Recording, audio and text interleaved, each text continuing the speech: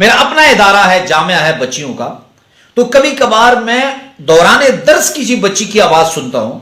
کہ چیخیں مارنے لگ پڑتی ہے، تو میں پوچھتا ہوں کیا ہوا، تو جواب آتا ہے کہ مولانا صاحب بچی پہ جنات کا سایہ ہے۔ تو میں ان کو ایک عمل بتاتا ہوں، الحمدللہ جنات کا سایہ ختم ہو جاتا ہے۔ بسم اللہ الرحمن الرحیم۔ اللہم صلی علی محمد وعلی آلہ وبارک وسلم۔ لاکھوں کروڑوں درود و سلام امام الانبیاء شافع محشر محمد مصطفیٰ احمد مجتبیٰ صلی اللہ علیہ وسلم اور ان کی آل طیبین طاہرین پر۔ تو میرے بھائیوں اور میری بہنوں، معاشرہ بے پناہ مسائل کا شکار ہے، اور کبھی کبھی بعض مسائل ایسے ہوتے ہیں جو خالصتاً روحانیت سے تعلق رکھتے ہیں،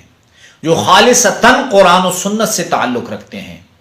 جیسے قرآن و سنت سے جنات کا وجود ثابت ہے، کوئی مسلمان اس چیز سے انکار نہیں کر سکتا کہ جنات کا وجود موجود نہیں، کیونکہ جو قرآن جس چیز پہ دلالت کرتا ہو،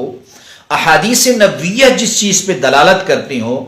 تو اس کے بعد کسی مسلمان کے لیے اس سے انکار ممکن نہیں۔ اب ایک مسئلہ جو لوگ بیان فرماتے ہیں، جو لوگ شکایت کرتے ہیں کہ مولانا صاحب ہمارے گھر میں جو ہے وہ جنات کے اثرات ہوتے ہیں، بعض اوقات رات کو کسی بہن یا بھائی پہ جن کا سایہ بیٹھ جاتا ہے۔ میرا اپنا ادارہ ہے، جامعہ ہے بچیوں کا، تو کبھی کبھار میں دوران درس کسی بچی کی آواز سنتا ہوں کہ چیخیں مارنے لگ پڑتی ہے، تو میں پوچھتا ہوں کیا ہوا، تو جواب آتا ہے کہ مولانا صاحب بچی پہ جنات کا سایہ ہے۔ تو میں ان کو ایک عمل بتاتا ہوں، الحمدللہ جنات کا سایہ ختم ہو جاتا ہے۔ اور اسی طرح رات کو کبھی کبھار آپ کسی عالم کے پاس، عامل کے پاس بھی اپنے رشتہ دار کو نہیں لے جا سکتے، اور آپ چاہتے ہیں اگر رات کے وقت آپ کی کسی بچے یا بہن یا بھتیجے یا بھانجے پہ یہ مسئلہ آپ کے ساتھ ہو جائے کہ ان پہ جنات کا سایہ ہے اور وہ تکلیف میں ہے، وہ تکلیف سے بڑبڑا رہی ہے، یا اس کے ہاتھ پیر سخت ہو گئے ہیں اور آپ دکھائی دے رہا ہے کہ اس پہ جنات کا سایہ ہے، تو آپ کو دو عمل بتا رہا ہوں آسان سے۔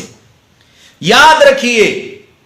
جن لوگوں کے گھروں میں یہ معمول ہے کہ جنات کے سائے آتے رہتے ہیں گھر کے افراد پر، خاندان کے افراد پر، تو وہ یہ دو عمل سیکھ لیں،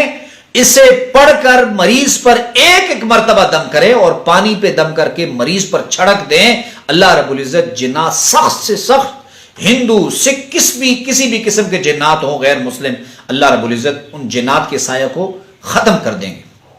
تو عمل یہ ہے کہ جب مریض پہ سایہ جنات کا آ جائے تو آپ نے سورہ حشر کی آخری آیتیں بسم اللہ الرحمن الرحیم یا ایھا الذین آمنوا اتقوا اللہ ولتنظر نفس ما قدمت سے لے کر آخری سورہ حشر کے خاتمے تک، اور سورہ مومنین کے آخری 4 آیتیں افحسبتم سے لے کر آخری یہ 4 آیتیں، انہیں ایک مرتبہ بسم اللہ کے ساتھ پڑھ کر اس کے بعد آپ نے مریض پہ دم بھی کر لینا ہے اور پانی پر دم کر کے مریض پر چھڑک بھی دینا ہے۔ انشاءاللہ مریض سے جو جنات کا سایہ ہے وہ ختم ہو جائے گا۔ اور اگر